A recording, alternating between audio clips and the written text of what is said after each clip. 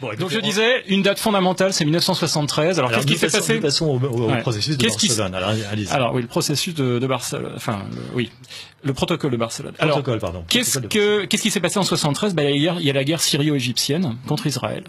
Les Syrio-égyptiens prennent une raclée et de manière immédiate, quasiment immédiate, l'OPEP et les pays arabes multiplient le prix du pétrole par 4 et classent les pays en catégories, c'est-à-dire soit amis, soit neutres, soit ennemis. Et ils classent dans la catégorie ennemis toutes les personnes qu'ils associent, de près ou de loin, à l'État d'Israël. Ça a provoqué, certains s'en rappelleront, donc un choc pétrolier absolument terrifiant. On a eu un chantage, c'est-à-dire que les pays de l'OPEP nous ont mis la main sur le robinet en fermant. Il faut savoir qu'il y a des pays qui se sont retrouvés sous embargo pétrolier. C'est la Hollande qui s'est retrouvée en embargo pétrolier, etc. Les États-Unis aussi d'ailleurs. Et suite à ce chantage, parce que c'est un chantage, ils nous ont imposé des conditions. Nous sommes allés à la table des négociations avec eux et nous avons tout accepté. Alors, dans les accords qui ont suivi juste après, donc on a donc le 6 novembre 1973, donc les 9 pays de la communauté européenne de l'époque basculent dans le camp pro-arabe. Donc avec les corollaires qui vont bien, c'est reconnaissance du peuple palestinien, l'alignement sur le narratif arabe concernant Israël, etc.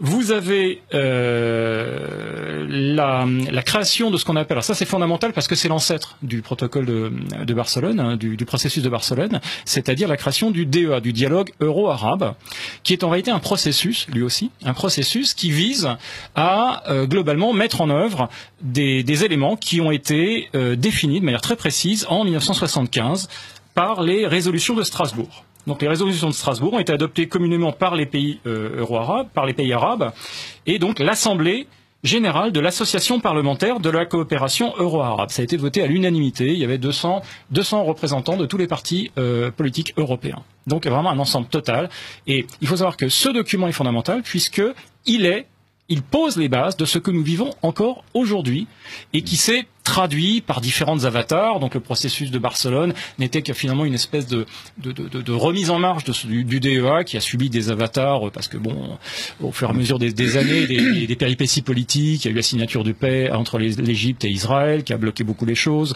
Enfin bref, il s'est passé tout un tas de choses, mais le fait est que dans les résolutions de Strasbourg, on trouve exactement ce qui nous arrive aujourd'hui. C'est-à-dire la mise en place d'une politique de recrutement de main-d'œuvre dans le monde maghrébin. L'immigration n'est pas un fait voulu par nos élites, ça a été imposé au moment du processus. Absolument pas. Ça a été réclamé par les Européens.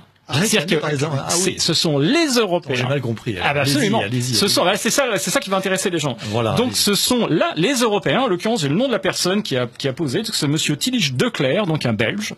Il faut savoir que les Belges sont vraiment ont été très moteurs dans cette affaire-là avec la France. Donc le Belge, le Luxembourg et la France. Donc ont mis en place un deal, un arrangement. Un arrangement. Disons, nous avons besoin de main d'œuvre que nous allons prendre chez vous. Et là, les pays musulmans, eux, ont mis des conditions. Et c'est là où tout est important. Ils ont mis des conditions à cette immigration. C'est-à-dire que la condition était qu'ils disaient pas vous allez prendre des gens chez nous, ils vont aller chez vous, et puis tout ça va se débrouiller à la comme je te pousse. Pas du tout.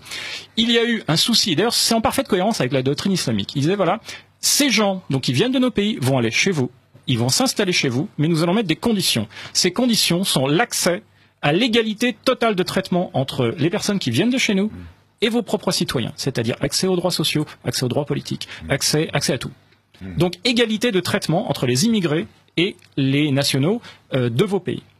Deuxième condition, sine qua non, qui est ces gens-là, ils ne vont pas aller chez vous pour devenir comme vous, ils vont aller chez vous, mais ils restent ce qu'ils sont, et nous gardons le lien entre ces gens. C'est-à-dire que ce sont nos communautés qui vivent chez vous, à notre manière, suivis et chapeautés et cornaqués par nous. Et la troisième condition, c'était que tout ça va se passer dans des conditions qui font que vous allez devoir introduire dans vos sociétés un narratif concernant l'islam qui suit les règles suivantes. L'islam fait partie constitutive de votre culture. L'islam est... C'est du Chirac dans le texte. Oui, c'est du Chirac dans le texte, bien sûr. Mais Chirac ne fait que mettre en œuvre les accords qui ont été signés à cette époque-là. C'est une mise en application. C'est-à-dire que donc la presse doit modifier son mode de traitement de l'islam. On doit avoir un traitement positif. On doit avoir la mise en place progressive d'une synergie culturelle entre l'Occident et le monde arabe.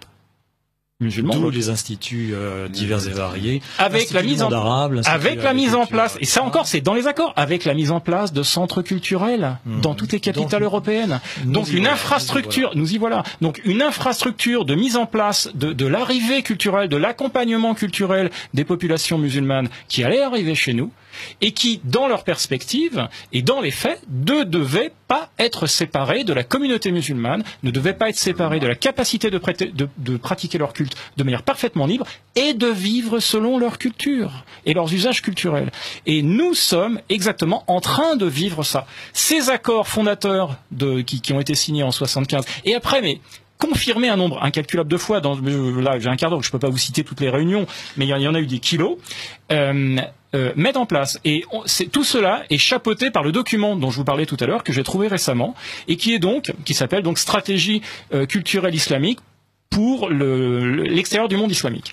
Et donc, ce document est un document que vous pouvez trouver. Alors, c'est un document officiel qui a été, adopté comme stratégie officielle par l'OCI. L'OCI, c'est l'Organisation de la coopération islamique.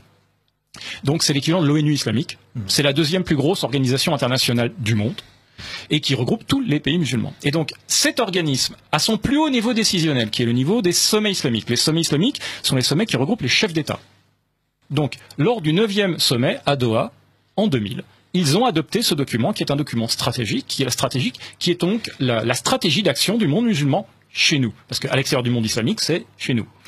Eh bien, ce document, dont j'ai fait quelques petites traductions, mais je vais vous faire un résumé parce que sinon je ne vais pas avoir le temps de le faire. Donc tout ça, ce sont les preuves que vous avez en votre possession et que tout le monde peut vérifier. Absolument sourcé. Et mais complètement. Alors vous pouvez trouver ce document en téléchargement. Vous pouvez le télécharger, le lire, donc sur le site de l'ISESCO.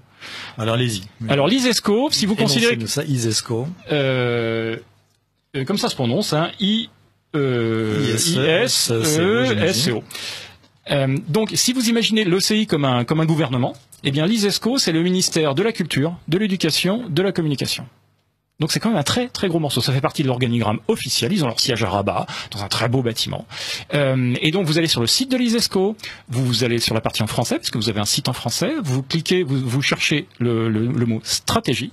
Donc, vous allez à l'onglet stratégie et vous téléchargez ce document. Qui est un document. Qui est en anglais peut-être? Non, qui est en français. Qui est en français. Voilà.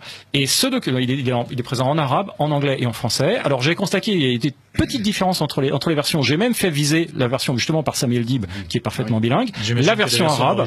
La version qui fait référence, c'est la version arabe, j'imagine. Non, parce qu'en réalité, c'est comme l'OCI. Les trois langues, français, anglais et arabe, sont les langues officielles. Ce qui veut dire que les trois langues, les trois communiqués, les trois documents sont des documents officiels. D'accord. Voilà. Et donc, ce document est le document adopté de manière officielle par l'OCI au niveau du sommet comme leur mode d'action pour les années qui viennent.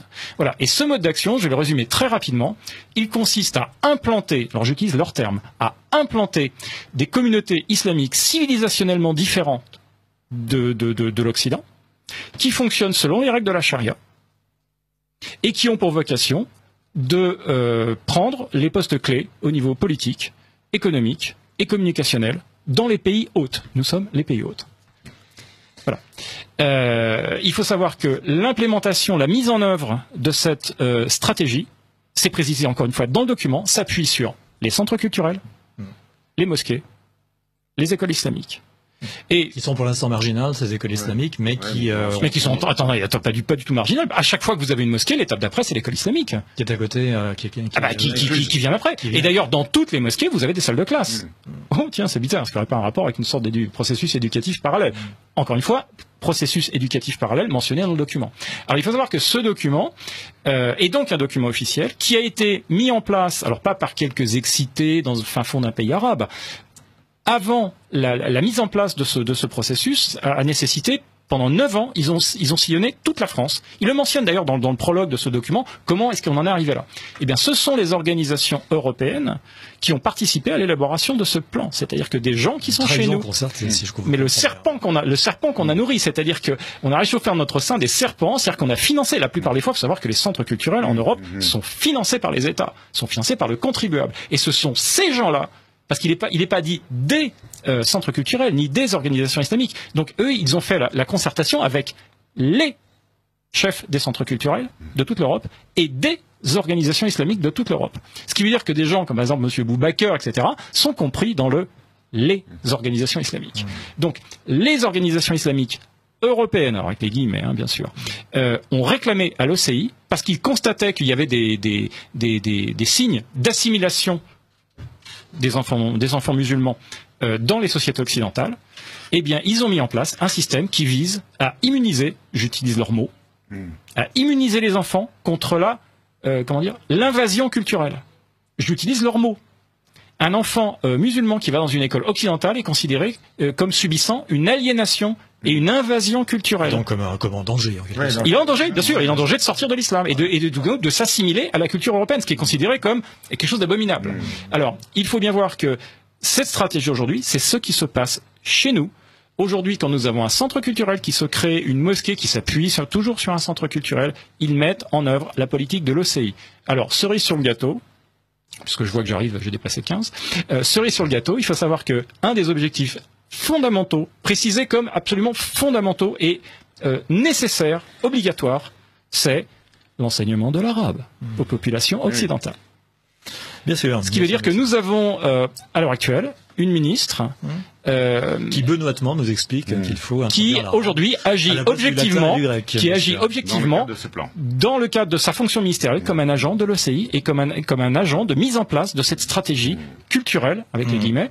Voilà. Donc et on nous parle donc dans le document anglais, il y a un mot qui est très intéressant, c'est qu'à un moment on parle de settlement, c'est-à-dire que les en français. Settlement, c'est un double sens. Ça veut dire implantation, mais ça veut aussi dire colonie. Colonisation, d'accord, oui, c'est ça. Voilà. Et le terme en anglais aussi, le document anglais est très intéressant parce qu'il mentionne explicitement comme traduction de l'Oumma. Donc l'Oumma, traditionnellement, on nous explique que c'est la communauté des croyants. Voilà. Eh bien, eux, ils emploient le terme. Voilà, eux, ils emploient le terme de nation islamique. Alors, il faut savoir que l'ISESCO, c'est un avatar des frères musulmans. Très bien. Eh bien, écoutez, donc.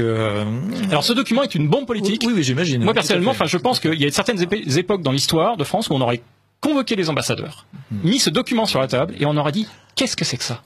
Oui, qu'est-ce que c'est que ça? Vous avez l'intention d'appliquer ça chez nous? Et on aurait expulsé ces gens. Oui, mais il se trouve que les gens qui sont au gouvernement ne sont peut-être pas tout à fait étrangers à ce... Alors, ils peuvent toujours dire qu'ils ne savent pas que ça existe, bien évidemment, sauf que c'est un document officiel. Mais surtout, le truc qui est le plus sidérant, c'est que nous avons aujourd'hui notre gouvernement qui agit en parfaite collaboration avec les pays de l'OCI pour la mise en place de cette stratégie dans le propre pays. C'est-à-dire que nous avons, objectivement, ouvert les portes de notre pays à un processus de colonisation.